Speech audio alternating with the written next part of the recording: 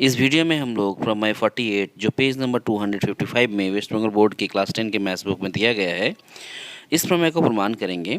तो इस प्रमेय का स्टेटमेंट ये है कि किसी समकोण त्रिभुज में समकोण बिंदु से कर्ण पर डाले गए लंब के दोनों तरफ बने त्रिभुज आपस में समरूप होते हैं एवं उनमें से प्रत्येक मूल त्रिभुज के समरूप होता है। तो ये प्रमेय हमें प्रमाणित करना है। ये प्रमेय काफ़ी इंपॉर्टेंट है वेस्ट बंगाल बोर्ड के माध्यमिक एग्जामिनेशन के लिए। तो इस प्रमेय को हम लोग प्रमाण करेंगे और प्रमाण करने के लिए सबसे पहले हम लोग लिखेंगे दिया गया है। तो दिया गया है इसे लिख लेते हैं। दिए गए शर्तों के अनुसार हमने एक ट्रायंगल बनाया है ABC, जिसके A बिंदु पे बना कोण समकोण है, यानी ABC जो है ये एक समकोण त्रिभुज है और AD जो है ये लंब है BC के ऊपर। तो ये इस बिंदु पे जो कोण बनेगा वो भी 90 डिग्री का होगा और इस बिंदु पे जो कोण बनेगा ये भी 90 डिग्री का होगा। क्लियरली हमें ये समझना है कि यहाँ पे हमें तीन समकोण त्रिभुज दिख रहे हैं। पहला त्रिभुज है ABC जो बड़ा त्रिभुज है, जिसको मूल त्रिभुज की तरह ट्रीट करेंगे, यानी मूल त्रिभुज का नाम अगर हम बोलें तो इसका मतलब हो जाएगा ABC त्रिभुज। और ये AD जो है ना, इस त्रिभुज को दो अन्य समकोण त्रिभुजों में विभक्त कर रहा है। जैसे ADB इधर का जो त्रिभुज है ये भी एक समकोण त्रिभुज है जिसके D बिंदु पे बना कोण समकोण है, और दूसरा समकोण त्रिभुज है ADC जिसके इस बिंदु पे कोण बना कोण समकोण है। तो हमें क्या प्रमाण करना है? हमें ये प्रमाण करना है कि ये जो त्रिभुज है ABD ये मूल त्रिभुज ABC के समरूप है। ठीक इसी तरह से ADC जो त्रिभुज है ये भी मूल त्रिभुज ABC के समरूप है, और साथ ही साथ ये जो त्रिभुज छोटे छोटे त्रिभुज दो बने हैं ABD और ADC ये भी आपस में समरूप है। यही हमें प्रमाणित करना है। तो हम इसे लिख लेते हैं। तो जैसा कि हमने कहा वैसे ही हमने यहाँ पर लिखा कि हमें प्रमाणित करना है त्रिभुज DBA। ये DBA जो त्रिभुज है वो त्रिभुज ABC यानी बड़ा वाला त्रिभुज यानी मूल त्रिभुज ABC ये दोनों परस्पर समरूप है। ये हमें प्रमाणित करना है पहले पॉइंट में। दूसरे पॉइंट में हमें ये भी प्रूव करना है कि DAC यानी DAC ये इधर वाला त्रिभुज मूल त्रिभुज के साथ यानी ABC त्रिभुज के साथ परस्पर समरूप है। ये भी हमें प्रमाणित करना है। और साथ ही साथ ये DBA त्रिभुज और DAC त्रिभुज यानी ये दोनों त्रिभुज भी आपस में परस्पर समरूप है। ये भी हमें प्रमाणित करना है। तो अब स्टार्ट करेंगे हम लोग प्रमाण। तो प्रमाण करने के लिए हमें दो त्रिभुज चाहिए। कौन कौन से त्रिभुज को लेना है? तो हम लोग लेंगे DBA त्रिभुज जो यहाँ ब्लू कलर में दिखाई दे रहा है, और मूल त्रिभुज यानी कौन सा त्रिभुज ABC ये मूल त्रिभुज है। अब हमें इन दोनों त्रिभुज में काम करके इन दोनों त्रिभुज को परस्पर समरूप है ये प्रमाणित करना है। इसके प्रमाण को अच्छे से समझने के लिए हमें काम करेंगे कि यहाँ पे जो हमें तीन त्रिभुज दिख रहा है, एक है मूल त्रिभुज ABC और इस लंब के द्वारा जो दो त्रिभुज बना है उसमें से एक है ADB और दूसरा है ADC। इन तीनों त्रिभुजों को अलग अलग करके देख लेते हैं। तो हम यहाँ पे दिखाते हैं। तो जैसा कि हम डायग्राम में देख रहे हैं कि यहाँ पे तीन समकोण त्रिभुज हैं। तो उन तीनों समकोण त्रिभुजों को हमने यहाँ पे ड्राइंग कर लिया है, और इसमें से हम देखेंगे कि ये जो ABC त्रिभुज है ना ये मूल त्रिभुज के बराबर है, और यहाँ से ADB जो त्रिभुज है उसी को हम लोगों ने यहाँ पे ड्रॉ किया है ADB त्रिभुज, और ADC जो त्रिभुज है उसको हमने यहाँ पे ADC त्रिभुज बनाया है। बस ये देखना है कि ये मूल त्रिभुज में A इस बिंदु पे है और हमने उसको थोड़ा सा रोटेट करके इस तरह से बनाया ताकि हमें समझने में आसानी हो। तो ये ध्यान रखना है जैसे कि यहाँ पे A बिंदु पे 90 डिग्री का कोण बना हुआ है, उसी तरह से यहाँ वाला कोण जो होगा ये 90 डिग्री का होगा। इसे ध्यान में रखना होगा।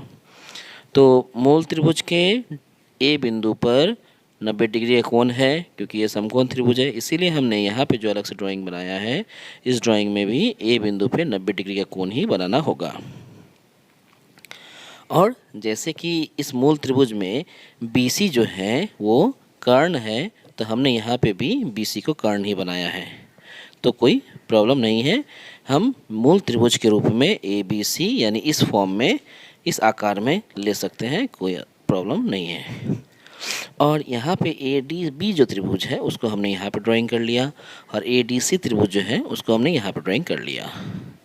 इससे क्या होगा, हमें इस प्रमेय को समझने में काफ़ी आसानी होगा, और अगर कोई स्टूडेंट से अच्छे से समझ ले तो खुद ब खुद ही इस प्रमेय को लिख सकता है, याद करने की कोई ज़रूरत नहीं पड़ेगा। तो जैसे कि हमने यहाँ पे लिखा है त्रिभुज डी बी ए और त्रिभुज ए बी सी में, यानी डी बी ए त्रिभुज ये वाले त्रिभुज में और ए बी सी माने ए बी सी ये वाले त्रिभुज में। तो हम लोग पहले इन दोनों त्रिभुजों में समरूपता को प्रमाणित करेंगे। तो हम इन दोनों डायग्राम में देख रहे हैं कि डी बिंदु पे बना कोण जो है ये 90 डिग्री का है और ए बिंदु पे बना कोण भी 90 डिग्री का है। इसलिए हम लिखेंगे angle B D A equals to angle B A C. दोनों बराबर होंगे। क्यों बराबर होंगे? क्योंकि दोनों ही 90 डिग्री के कोण हैं। हम देख भी पा रहे हैं डायग्राम में। अच्छा, next angle A B D, इस त्रिभुज में ए बी डी ये बराबर होगा एंगल सी बी ए के। एंगल सी बी ए के क्यों बराबर होगा? हमें यहाँ पे रीज़न में बताना होगा कि ये बराबर क्यों है। क्योंकि दोनों ही उभयनिष्ठ कोण हैं। ये बी बिंदु पे बना कोण है और ये भी बी बिंदु पे बना कोण है। जैसे कि हम इस डायग्राम से भी देख सकते हैं कि ये बी बिंदु पे बना कोण जो है वो मूल त्रिभुज में भी है और इस ए डी बी त्रिभुज में भी है। तो ये दोनों कोण बराबर होंगे। क्यों बराबर होंगे? तो हम यहाँ लिखेंगे उभयनिष्ठ कोण।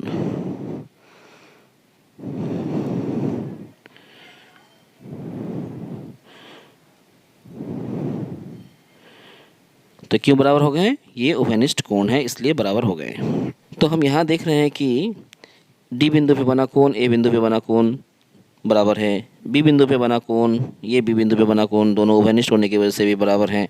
तो इस बिंदु पे बने जो कोण होंगे ना वो दोनों यहाँ पे बना कोण और यहाँ पे बना कोण ये दोनों क्या होगा? बराबर ही होगा। तो हम लिख देते हैं कि एंगल बी ए डी बराबर एंगल बी सी ए। कारण देना होगा। कारण हम ब्रैकेट में लिख देते हैं। तो कारण में हम यहाँ लिखेंगे कि दो समान कोण वाले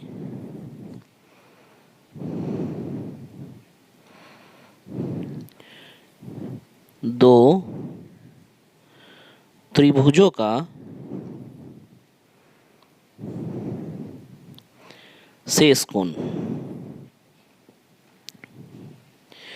तो कहने का मतलब ये है कि अगर दो त्रिभुज है और इन दो त्रिभुजों का दो कोण आपस में बराबर हो तो तीसरा कोण जो है वो खुद ब खुद बराबर हो जाता है। तो हमने वही कारण देके इसे इक्वल कर दिया। तो हम यहाँ क्या देख रहे हैं? यहाँ हम देख रहे हैं कि इन दोनों त्रिभुजों के तीनों कोण आपस में बराबर हैं और जब तीनों कोण बराबर होंगे तो ये परस्पर समरूप बन जाएंगे। तो हम यहाँ देख रहे हैं कि इन दोनों त्रिभुजों का तीनों कोण समान हो गया। इसलिए इन दोनों त्रिभुजों को हम समान कोणिक त्रिभुज के रूप में ले सकते हैं और लिखेंगे कि त्रिभुज डी बी ए और त्रिभुज ए बी सी समान कोणिक है।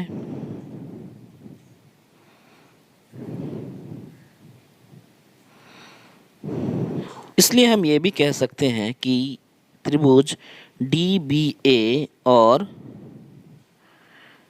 त्रिभुज ए बी सी समरूप होगा या समरूप है। तो ये पहला वाला प्रूफ जो है ये कंप्लीट हो गया। काफ़ी आसान प्रूफ है। बस हमें दो त्रिभुज लेना है और उन दोनों त्रिभुजों के तीनों कोणों को बराबर दिखा देना है। बस ये प्रमाण इसी तरह से हो जाएगा। तो जैसे कि हमने यहाँ पे दिखाया ठीक इसी तरह से ही हम इस बार त्रिभुज ए डी सी लेंगे और मूल त्रिभुज जो बी ए सी है इसे ले लेंगे। ठीक इसी तरह से इस बार हम लोग त्रिभुज डी ए सी और त्रिभुज ए बी सी इन दोनों त्रिभुजों में काम करेंगे। जैसा कि यहाँ पे हम देख रहे हैं ये त्रिभुज डी ए सी इधर वाला जो त्रिभुज है इस त्रिभुज में और मूल त्रिभुज ए बी सी में काम करेंगे। तो उन दोनों त्रिभुजों को हमने इस तरह से ड्राइंग करके अलग करके दिखा दिया ताकि हमें समझने में आसानी हो। तो हम लिखते हैं इसी प्रकार त्रिभुज डी ए सी और त्रिभुज ए बी सी में फिर से दिखा देते हैं, ये ड्राइंग है। इन दोनों त्रिभुजों में ए बिंदु पे बना कोण और डी बिंदु पे बना कोण समकोण है, इसलिए बराबर होगा। और ये जो सी बिंदु पे बना कोण और यहाँ पे सी बिंदु पे बना कोण दोनों उभयनिष्ठ है, इसलिए बराबर होंगे। और हम ये भी जानते हैं कि अगर किसी त्रिभुज के दो कोण बराबर हो जाएं तो उन दोनों त्रिभुजों का तीसरा कोण जो होगा वो खुद ब खुद बराबर हो जाता है। तो बस हमें इसी चीज़ को लिख देना है यहाँ पे। तो लिखते हैं एंगल ए डी सी, इस त्रिभुज में ए डी सी बराबर, और इस त्रिभुज में हमें लिखना पड़ेगा एंगल बी ए सी बराबर 90 डिग्री। दोनों ही 90 डिग्री के हैं तो बराबर होंगे ही। ठीक इसी तरह से और हम लिखेंगे कि एंगल ए सी डी, ये जो एंगल ए सी डी दिख रहा है ये इक्वल होगा किसके, ये होगा बी सी ए के। क्यों इक्वल होगा, क्योंकि ये उभयनिष्ठ कोण है। तो हम यहाँ लिख देंगे उभयनिष्ठ कोण। और जब इन दोनों त्रिभुज का ये कोण इसके साथ बराबर हो गया, ये कोण इसके साथ बराबर हो गया, तो जो तीसरा कोण बचा ना वो तीसरा कोण खुद ब खुद बराबर होगा। ठीक है, तो ए बिंदु पे बना कोण डी के साथ इक्वल हो गया, सी बिंदु पे बना कोण इस सी बिंदु के बने कोण के साथ इक्वल हो गया, तो इस बी बिंदु पे जो बना कोण होगा वो इस ए बिंदु पे बने कोण के बराबर ही होगा। तो हम उसे लिख लेते हैं। तो यहाँ लिखेंगे शेष एंगल सी ए डी ये बराबर होगा एंगल सी बी ए के, यानी इस पॉइंट पे बने कोण के। तो हमने लिख दिया, कारण को भी हमने जैसे यहाँ पे लिखा था बस वही कारण को यहाँ पे भी बोल देंगे, तो उस कारण को यहाँ लिख लेते हैं। तो यहाँ पे हमने कारण को लिख दिया कि दो समान कोण वाले दो त्रिभुजों का शेष कोण। तो इस तरह से हम इन दोनों त्रिभुजों में भी ये देख रहे हैं कि पहला कोण, दूसरा कोण, तीसरा कोण, यानी तीनों कोण बराबर हैं। तो जैसे हमने ऊपर में लिखा ठीक वैसे यहाँ पे भी हम लिख देंगे कि त्रिभुज डी ए सी और त्रिभुज ए बी सी समान कोणिक हैं।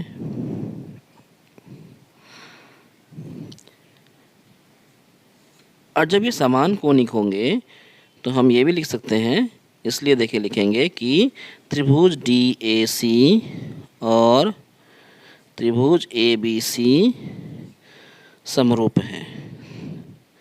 तो ये भी प्रमाणित हो गया।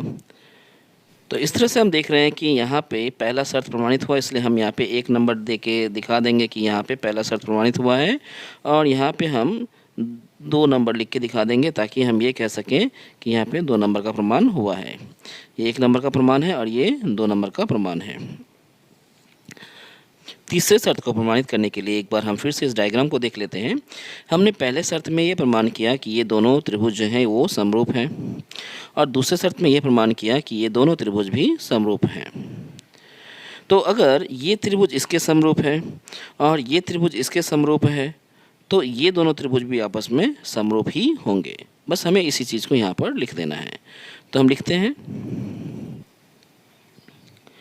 लिखेंगे चूँकि त्रिभुज डी बी ए और त्रिभुज ए बी सी समरूप है और त्रिभुज डी ए सी और त्रिभुज ए बी सी ये भी क्या है, समरूप है, जैसा कि अभी हमने डायग्राम में दिखाया। फिर से दिखा देते हैं। डी बी ए ये त्रिभुज किसके समरूप है, ए बी सी, यानी ए बी सी त्रिभुज के समरूप है। और यहाँ पे हमने लिखा डी ए सी ये त्रिभुज ए बी सी के समरूप है, यानी ए बी सी के समरूप है, यानी ये दोनों त्रिभुज भी समरूप है। तो बस अब हम लिख देंगे कि ये जो त्रिभुज दिख रहा है डी बी ए त्रिभुज और ये जो त्रिभुज दिख रहा है डी ए सी त्रिभुज, ये दोनों त्रिभुज भी समरूप होंगे। बस इसे ही लिखना है। तो हम लिख लेते हैं। तो लिखेंगे फलत त्रिभुज डी बी ए और त्रिभुज डी ए सी समरूप होंगे।